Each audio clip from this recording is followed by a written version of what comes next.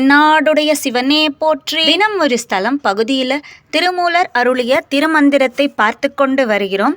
அந்த வரிசையில் இன்று 385ஆம் பாடல். திருச்சிற்றம்பலம். மானின்கண் வானாகி வாயு வளர்ந்திடும் கானின்கண் நீரும் கலந்து கடினமாய் தேனின்கண் ஐந்தும் செறிந்தைந்து பூதமாய் பூவின்கண் நின்று பொருந்தும் புவனமே. திருச்சிற்றம்பலம்.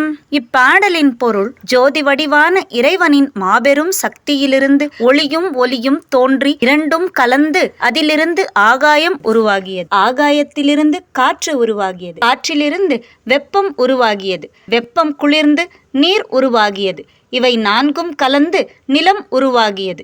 இவை ஐந்தும் முழுமையடைந்து உலகம் உருவாகியது. பூவுக்குள் கலந்திருக்கும் தேன் போல உலகங்களில் பஞ்சபூதங்களான ஆகாயம், காற்று, நெருப்பு, நீர், நிலம் கலந்திருக்கிறது என்று திருமூலர் இப்பாடலில் குறிப்பிடுகிறார்.